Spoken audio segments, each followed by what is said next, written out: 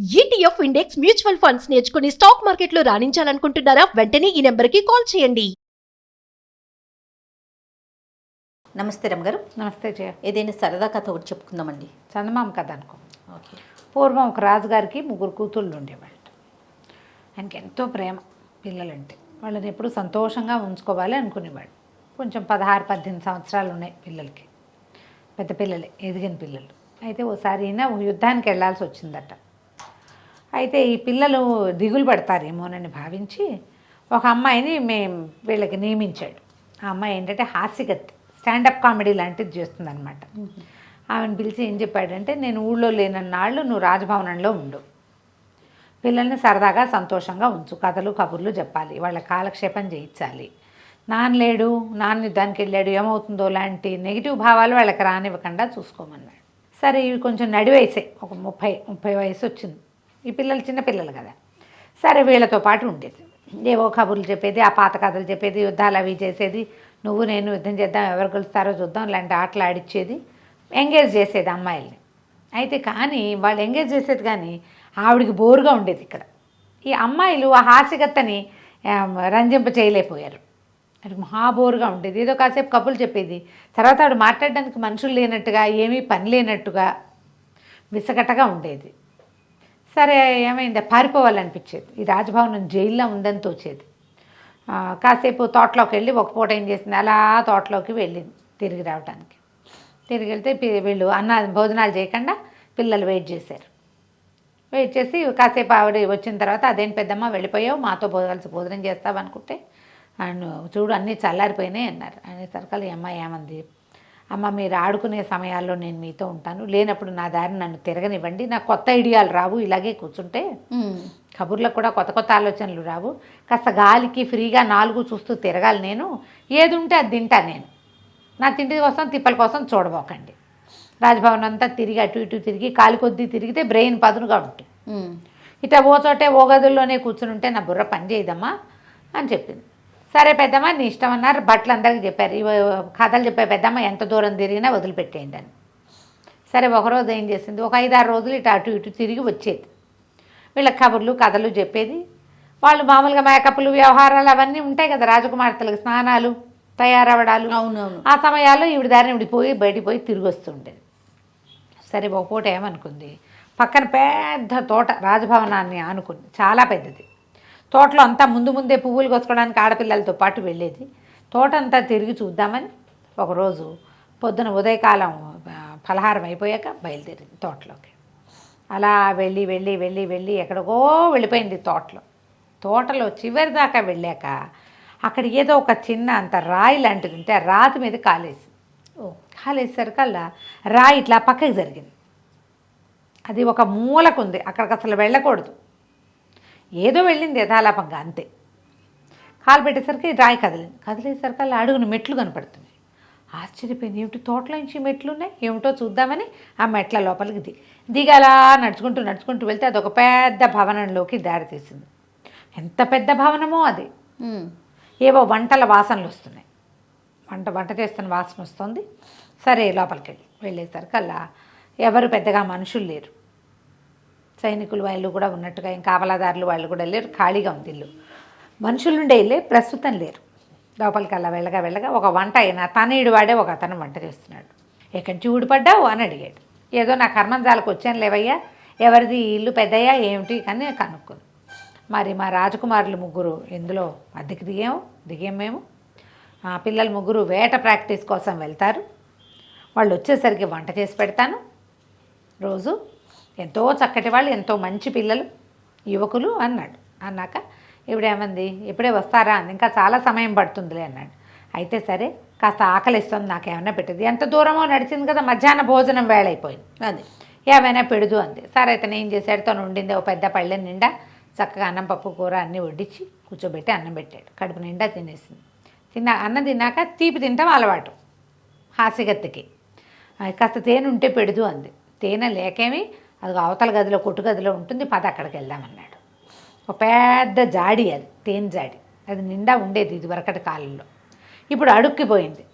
తేనెకి already చెప్పాము order వస్తుంది, మరి ఉండు ఓ స్టూల్ వేసుకుని కింద కొంగి తీస్తానని ఒక పొడుగాటి గరిట ఒకటి తీసుకుని ఒక స్టూల్ ఎక్కి ఆ తేనెజాడీలోకి వంగి గరిటతోటి ఇట్ట తీయబోయాడు.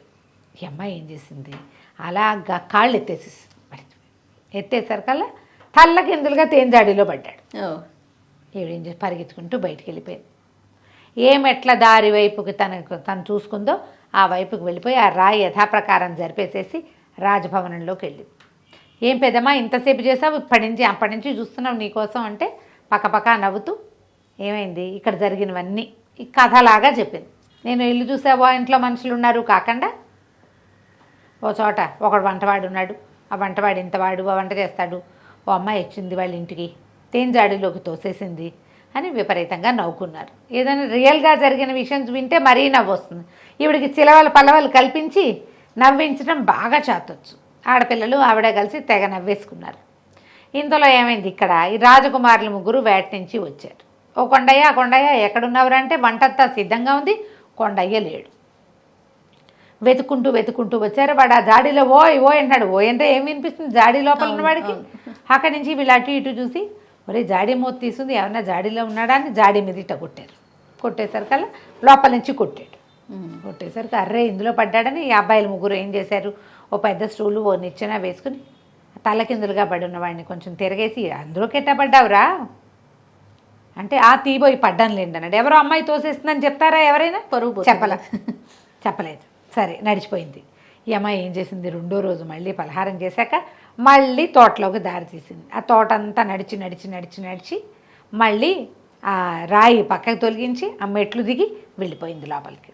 వెళ్ళేసరికల్లా ఈయనన్నాడు, మళ్ళీ వచ్చావు, నిన్నంత పని చేసావు, వాళ్ళు రాకపోతే మెడ విరిగి చచ్చేవాడిని, నువ్వన్నీ ఇట్టడి పనులు చేస్తావు కాబోలు, నువ్వు వెళ్ళిపోవు అన్నాడు. అనేసరికల్లా అమ్మాయి ఏంది, దానికే ఉందిలే, నాకు ఇంటి దగ్గర భోజనం సిద్ధంగా ఉంది, నువ్వు నాకేం పెట్టక్కర్లేదు, అయినా నిన్న ఈ వేళకే వంట చేసావు, ఇవాళ ఈ వేళకే వంట చేస్తావు, వాళ్ళు వస్తారని నీకు ఎట్టా తెలుసు అని. ఎట్టా తెలియటం ఏమిటి, నేను మేడ మీద నిలబడి చూస్తాను వేళ అయింది వస్తున్నారా రావట్లేదా అని. వాళ్ళు ఒక గంటకి వస్తారడగా ఒక గంట ముందు అడవిలో నుంచి కనపడతారన్నాడు. అనేసరికల్లా గంటలో వంట చేసేస్తా, పొయ్యి వెలిగించి పెట్టుకుంటా, అన్నం వండుతాను, ఇంకేం వండను, వాళ్ళని చూసుకుని మిగిలిన వండుతా అన్నాడు. ఆశ్చర్యపోయింది, ఏంటి గంటలో వచ్చే వాళ్ళు ఎట్టా కనపడతారు నీకు అని. దానికేముంది, మేడ మీద పైకెక్కి నిచ్చెనెక్కి ఆ గవాక్షాన్ని పట్టుకుని చూస్తే కనుక కనపడతారన్నాడు. ఏది నాకు చూపించవు, పద అని వెంబడపడింది. సరే ఏం చేశాడు, ఎవరన్నా ఆడమనిషి ముద్దుగా అడిగితే ఎందుకు కాదంటారు, ఇప్పుడు కూడా అలాగే ఉంటుంది. అవును, ఆడాళ్ళు అడిగితే చాలా పనులు జరిగిపోతాయి. లిఫ్టులు లాంటివి కూడా తీసుకుపోయాడు పైకి. మేడ మీదకి పైకి ఎక్కాక ఒక నిచ్చెనేసి ఆ నిచ్చెన మీద ఎక్కాడు. నిచ్చెన మీద ఎక్కి అక్కడి నుంచి చేతులు చాచి ఆ కిటికీ పట్టుకున్నాడు. కిటికీ పట్టుకుని ఆ కిటికీలోంచి చూస్తూ ఇంకా రావట్లేదు రాజకుమారులు అని చెప్పాడు. ఆ కిటికీ పట్టుకుని చూస్తేనే కనపడతారు. కిటికీకి ఎట్లా ఎక్కాలి, గవాక్షానికి, గవాక్షం అంటే ఈ కిటికీ కాదు పైది వెంటిలేటర్, ఒట్టి కిటికీ కాదు అది వెంటిలేటర్ దగ్గర కడ్డీలు పుచ్చుకుని అట్లా చూస్తాడనమాట. వాడు ఆ కడ్డీలు పుచ్చుకుని ఉండగానే ఈ అమ్మాయి ఏం చేసి దిచ్చని లాగేసేసి ఇక పరుగో వెనక్కి వెళ్ళిపోయింది. చక్కగా ఇంటికి వెళ్ళిపోయింది. ఆ రాజకుమార్తెలతో భోజనం చేస్తూ హాయిగా తినేసింది వాళ్ళతోటి. అక్కడి నుంచి గంటన్నరకి రాజకుమారులు వచ్చేసారు. గంట వంట అప్పుడేగా మొదలు పెట్టాడు. అదే అన్నం పెట్టాడు, ఇంకా కూరలో నార్లు చేయలా. ఇక ఏడి అని వెతుకుంటుంటే వాళ్ళు వచ్చేదాకా ఆ కిటికీ కమ్మలు పుచ్చుకొని వేళ్ళాడుతూ ఉన్నాడు. ఉండేసరికల్లా ఏం చేయాలో తెలియలే వాళ్ళకి. ఇక్కడికేటా ఎక్కేవరా అంటే ఆ నిత్యం జారిపోయింది బాబు, మీరు వస్తున్నారో రావట్లేదో చూద్దామని అని చెప్పాడు. ఎట్లాగో కవర్ చేసుకున్నాడు. సరే మూడో రోజు గడిచింది. రాజకుమారులు మన కేకలేశారు వంట బండి. ఈ పిల్ల వచ్చి వీళ్ళకి ఇదంతా చెప్పింది ఈవిడ. ఈ హాస్యగత తెగ నవ్వేసుకున్నారు. ఏం చేసింది, ఆ నిత్యం లాగి వచ్చేటప్పుడు అతను ఏదో ఓ పచ్చడి ఓ కూర మాత్రం చేసి పెట్టాడు. వాళ్ళకి చేయాల్సినవన్నీ దాంట్లో ఉప్పు కలిపేసి రాజకుమారులు అవి వేసుకుని అదంతా ఉప్పు కషాయం అని తెలిసింది. వంటవాడిని గట్టిగా కేకలేశారు. మొన్నేమో తేనెజాడీలో పడ్డావు, నిన్నేమో ఇది పుచ్చుకుని వేళ్లాడుతున్నావు, వంట ఏమో ఉప్పు కషాయం చేసేసావు, నీ ధోరణి బాగుండలేదు, నేను పంపించేస్తాం అనగానే వాళ్ళాడిపోయాడు, లబలబలాడాడు. నేనేం చేయను, అంతా దొంగమొహం దానివల్లే అనేసరికి ఎవత్రే అదే అన్నారు. అనేసరికి మొన్న వచ్చింది బాబు, మొన్న వచ్చి తేనెజాడీలో తోసేసింది, నిన్న వచ్చి నిచ్చెన లాగేసి పప్పు కూర పొద్దున చేసిన వాటిలలో కలిపేసింది ఉప్పు, ఎక్కడి నుంచి వస్తుందో నాకు తెలియటం లేదు అంటే. సరే మేమేం చేస్తామంటే అల్మార్లో దాక్కుంటాం, నీ దగ్గరికి వస్తుంది కదా, అప్పుడు పట్టుకుందాం. అసలు ఎందుకు చేస్తుందో, ఎందుకు వస్తుందో, ఎక్కడి నుంచి వస్తుందో మనకు తెలుస్తుందని రాజకుమారులు ముగ్గురు దాక్కున్నారు. 3వ రోజు పొద్దున ఏం చేసింది, మళ్ళీ ఈవిడ పొదయ పలహారం ముగించుకుని మళ్ళీ మెట్లు దిగి వచ్చేసింది. ఏ వంట అయినా ఏం చేస్తున్నావు అనగానే నీ మొహం మండా అని తెగ తిట్టడం మొదలుపెట్టాడు వంటవాడు.